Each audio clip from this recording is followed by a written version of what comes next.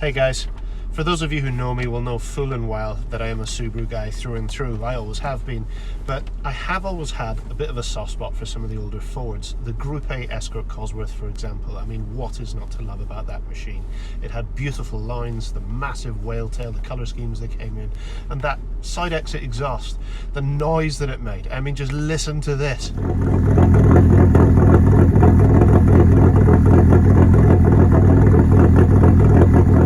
Seriously now, what is not to love about that sound? It literally shakes the ground you're stood on whilst you're next to the car. I had the pleasure of being in this very car quite recently. It belongs to a chap called Pete Robinson, and Pete's asked me a question. On approaching a corner, going down the box, left foot braking whilst keeping your foot on the accelerator to maintain anti-lag. What is the best way to put this into a routine without mashing the gearbox? Well, Pete, I'm very glad you've asked this question, and that's what we're going to look at now. So before you start setting a car up for any particular bend, there are many things that you need to have in the back of your mind that will change and influence how you're going to set the car up on the approach. So certain things like knowing and understanding your own vehicle characteristics, the weight, the tyre compounds, they all make a huge difference. What the surface type is, you know, is it tarmac, gravel, is it wet, dry, are you going uphill, downhill, or is there a camber involved? How much of a distance is there between you and where you're going to start committing to the turn? All of these things are hugely relevant and will certainly influence how we're going to then go through those particular turns. So one of the things we need to get nailed quite early on in the approach into any corner, regardless of severity of bend, and I don't think I picked up on severity of bend earlier, but it does also play a huge part in what you're going to be doing with the car through the corner itself, is the angle of approach. Okay, and what we're trying to achieve with the angle of approach is a minimal steering angle alongside a minimal lateral loading in relation to what you're asking the car to achieve. Okay, so if you're using too much too soon, it then can lead to things like understeer, and it can also utilize all of the lateral energy that you could have used through the corner far too early on the approach into the bend. And hopefully as we go through the diagrams a little bit later on, that'll start to make more sense.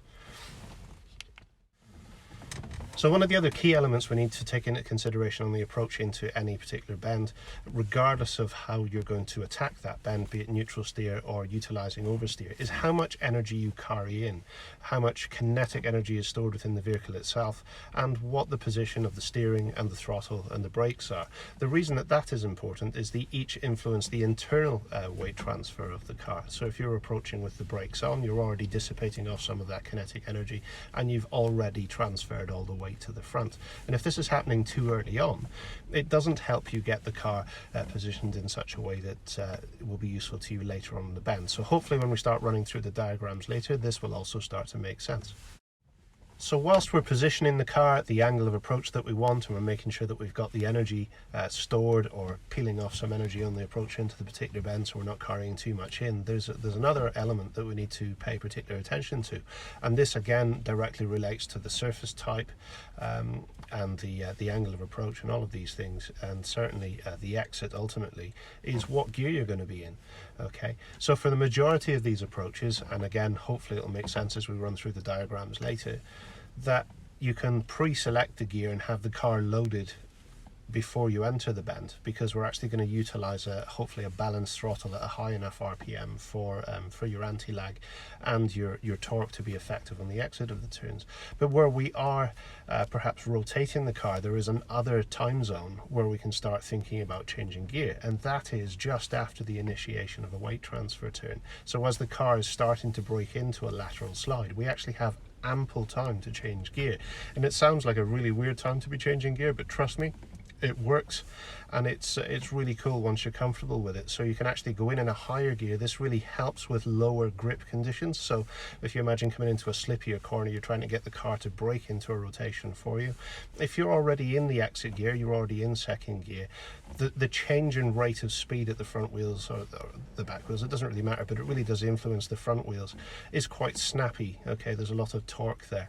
If you're approaching in a higher gear, it softens that torque down Okay, so you're making better use of the grip at the point where you're trying to turn in, and then once the turn in has actually happened positively and it's taken place and you're comfortable with it, you can then think about shifting it down into second gear, and perhaps even waiting further still before you start adding the power in. So there's two very distinct areas where you can pre-select your gear. So one is on the approach and another is actually mid-corner, mid-turn, but they're both before your exit. Okay, it's very important that you have the gear that is going to get you out of the corner selected before you get to that point. So we're now going to look at a handful of diagrams that I've thrown together for you, Pete, and they're all in familiar territory. I've taken them from Kerberos. So what we're going to try and do here, they're not really to scale. The car is a lot bigger than what it would be in relation to the track, but hopefully you'll get the idea of the approach and the techniques that we're going to be using as we go through. So we're going to have a look at the first diagram now. Okay, looking at scenario one, we're going to stick with a neutral steer approach here, and this is the corner at the far end of the track at Kerberos. Okay, so from position A, we're going to be looking at having our speed set by this point. We're going to have the gear selected that you want to run all the way through to the exit point of this corner. It's not to say that you couldn't come in a higher gear, but to keep this simple, we're going to stick with having the gear set at this moment in time, so you can get a better feel and understanding for the car as we go through. Another important element to consider at this point is that whilst your speed is set here, you should be holding your power. You don't want to be in a position where you're off the power. You want to be at a position where you've set the speed that you know you can get through this corner at. So by position B, you should be feeling now whether you're in a stable position in the car. Are you traveling too slow or too fast? You can alter the rate of turn here at this point in the bend. So it's worth bearing in mind that you can add or remove power here, but you have to do it very gently. And the adding or removing of power at this point will not just change the speed, it will also change how wide or how tight the car is turning at this particular moment. If you add power or take power away too quickly, the likelihood is that you will either induce a heavy understeer or in fact a severe oversteer. And at this moment in time, in this particular approach through this turn, that's not what we're trying to achieve. So any adjustments made at this moment in time in the turn should feel very, very gentle.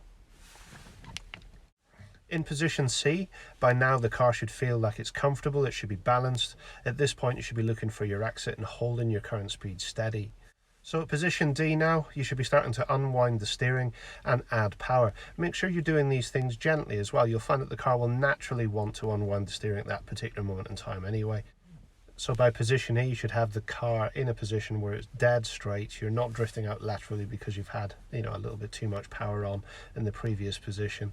And you can accelerate away quite nicely, get up through the gears. So fairly straightforward, this corner. There's nothing magical in there. It's all about just having that balance, planning ahead and making sure that you're doing the right things at the right time. So looking on then at scenario 2, you'll see straight away that we're sticking with the exact same corner. The only thing that is changing is the technique that we're using to change direction. In this instance, we're going to be deliberately asking the car to step into an oversteer for us. So by position A, we're looking at having the energy stored within the car that we're going to use between points B and point C to change direction. That energy needs to be set now early, along with the gear. So certainly whilst you're getting used to this technique, it's a good idea to keep the gear the same throughout the whole technique. However, once you're comfortable with the technique, once you've rehearsed it enough times to be comfortable with it, you can actually think about then changing gear between points B and point C. The other thing to bear in mind here is not to use any more steering than is absolutely necessary to get you from point A to point B. That is a crucial element here because it keeps the car in a usable state without you risking the chance of having any understeer, and it'll allow you then to use more of a lateral shift in weight should we need it when we get to point B. So looking at point B now, we're going to initiate the turn, and how we're going to do that is by carrying out a weight transfer. Okay, the weight transfer actually happens in two planes, but the lateral plane is quite subtle at this moment in time. We're purely going to focus on the linear. So all we're going to do is take the power, the energy that we've carried into the turn, and throw it over the front wheels. And how you're going to do that is just by coming off the accelerator. Now, depending on how much energy you carry in will also alter how much you need to lift off. If you're carrying in a lot of energy, you don't need to take it all away. Okay, if you're not carrying in a lot of speed, you're not carrying in a lot of energy, you may need to lift off the accelerator quite abruptly. If you find that the car does start to rotate at this point, but the speed of the rotation isn't enough for you, this is a moment where you can start thinking about bringing the brakes in, regardless of whether it's a left foot or a right foot that you use for that. That's entirely up to you. But that will increase the rate of turn. It's very important that if you're going to use the brakes, don't be on the brakes for very long, and certainly don't use so much brake pressure that you're going to lock the front wheels up. It's actually quite a short, soft application of the brakes. All you're trying to do is tip the weight of the car over the nose that little bit more. At position C then, depending on how your car's set up, depending on how the diffs are set up and how much power you have available, you can actually get the power on at this moment in time. It's very important that if you are adding the power on at this moment in time, that you keep the car steering into the direction of travel. So in a rear-wheel drive car, the tendency would be at this moment in time to steer in the direction of the slide. Here you want to be steering in the direction of the corner. So you will stay with that little like eighth of a quarter of a turn to the right, and maintain that as you drive through. As your exit starts to unfold ahead of you, you would then start to unwind the steering, but then add the power as you go. Okay, being very careful not to add too much power too soon, because that will encourage the car into a bit of a lateral slide. So by now, position D, we should have unwound the steering, and you should be in fairly aggressive acceleration mode by now. Okay. The key point here is certainly from position C, and it does really apply to position D as well, as if you get the power on too aggressively, you can kick the car into a bit of a lateral slip, so it'll start pushing towards the outside of the track, and if you've not got much room to play with, then you can very quickly find yourself on the grass. Okay, so be very careful and get used to how much power you can apply. It'll become very apparent very quickly as to whether you've done too much or too little. Looking at scenario 3 then, at position A then, you should have your power held and ensure that you are straight on the approach into position B. Okay, so at position B, you're then going to trigger your turn. Same as before, you're going to have that lift and turn to the left. These lifts and turns have to happen at exactly the same time, okay, especially if you're starting in a straight line. And the other thing to bear in mind in this particular scenario, where you're starting from dead straight, it's important to remain dead straight up until the point where you want to change direction. Okay, and we're going to start changing direction, as you can see here, quite early on the approach into the bend. So as you approach this, you should be holding your power right up to the point where you want to change direction. Then you're going to lift and turn together. The steering angle you use will also influence how fast you turn. Okay, so it's not just down at the lift, it will also be influenced to a degree by how much steering you're using. And what I tend to give as a rule is, certainly in a motorsport car where you have quite a quick steering rack, is anywhere between just off from dead straight to a quarter turn, and variance of in between that will influence how fast you turn. So a 1/16th of a turn will give you a slower turn than the quarter of a turn, and so on. If you go beyond that quarter of a turn, you run the risk of, for one, rotating faster than what you can actually control the car on the exit, and the other is you risk an understeer. So we're trying to keep these steering angles very, very small. We don't want to be putting too much in there at all. Whilst you're mid-corner in position B, for that matter, as the car is rotating, now this is an opportunity to do two things. You should be able to, at this point, bring the wheels back straight. The car is going to continue turning at the rate you set it off at. Straightening the wheels out at this point won't change a thing. So if you get the energy on the approach right and the trigger, that initial lift and turn correct, all you will have to do at this moment in time is bring your wheels back to straight in preparation for adding the power back on in position C. The other thing you can do at this moment in time, especially through a maneuver like this, you have ample time to do this, is changing gear. Okay, so if you were approaching, for example, in third gear, it was a particularly slippy day, you want to make better use of the better use of traction on the approach, you can actually approach it in third gear, trigger the slide, and then as the car is rotating through, just comfortably change down into second gear. I know it sounds like there's a lot going on at that moment in time, but trust me, once you've got it, you'll realize that there's ample time. You don't need to rush it at all. and then you can get ready for position C. And at position C, your wheels should be straight already, so all we're looking at here is cancelling the slide, cancelling the turn by adding the power on. And by adding the power on, all you're doing really is shifting the weight back to the rear of the car. The back of the car will stop sliding, and at the same time you've got your four-wheel drive traction pulling you straight, so long as your wheels are aligned that way. So if you're steering into the slide at this moment in time, you can naturally understand that you start wandering off to the right, and if you're still steering to the left, then you might find that you'll continue in an oversteer around to the left. So having your wheels dead straight at this moment in time is crucial. So position D, you'll see there's another corner very close in the distance there.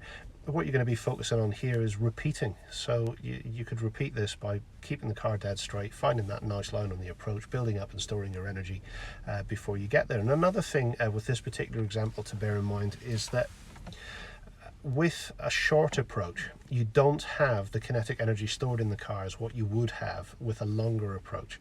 So what you can do is offset that by approaching the corner that's up ahead of you in that short approach with a lot more power than you feel that you would naturally. And what you're doing there is you're building up and storing energy within the car, albeit a little bit more of kinetic energy, but it's more of the internal weight transfer of the car that we're interested in. So you're shifting all of the weight to the rear of the car under acceleration, and then when you get to the point where you want to change direction back to the right or whatever the next turn is, you're then coming off the power, but you have then sufficient energy stored in the car, but not purely reliant on the kinetic energy that you're carrying in. There is another scenario that we're going to look at very quickly, and it ties in pretty much to what we've just done, and this is the sharp turn in reverse coming back down towards where the timing tower is. Now on the approach into this one is very similar to what we've just run through in scenario 3. You're going to have that nice straight line approach, but you'll see here that in this diagram we have a bigger time frame between where you lift and where you start adding the power on, and you can see that we have quite a long approach, so we're carrying in a lot of energy, and this would be one of those ideal corners to practice that patience of where to stay off the power to let the car slide and rotate through. The longer you stay off the power, the further the car will turn in relation to obviously your steering that you put in at the initiation and the severity of the lift and whether you've used any brakes or not. And it's another one that's good for testing your testing your confidence as to whether the car is going to turn or not, because if you don't get it right here, there's not a lot of runoff. Okay, so what people tend to focus on would be the fact that, you know, if you don't get it right, you're gonna hit the tower, or you're gonna run off into the bank. Okay, having total confidence in the fact that the car will turn, bearing in mind that this is a slightly uphill corner as well, you have way more grip here compared to where you have anywhere else on the track, because you're actually traveling uphill, which means you're pushing against gravity, which means gravity's driving you into the ground a little bit harder. So here you might find as well that you need to carry in a lot more energy than you think, even on that slight slope. Okay, so hopefully you found this interesting. Hopefully it's answered some of the questions. I know that your focus there, Pete, was on the you know, not damaging the gearbox, but I'd like to think that perhaps here with a system on the approach, perhaps something we can work with in the future at the next track day that you're at, we can build this confidence, build this system up so that you're not trying to do too much all at once to try and maintain the efficiency in the car and to try and maintain that power, that torque on the exit with the anti-lag without mashing the gearbox on the approach whilst you're braking and accelerating. So hopefully it's been of use, and if any of you have any further questions that you want to ask, please just submit them in the comments on the COVID Carvid page, and I'll be happy to get back to you with a video.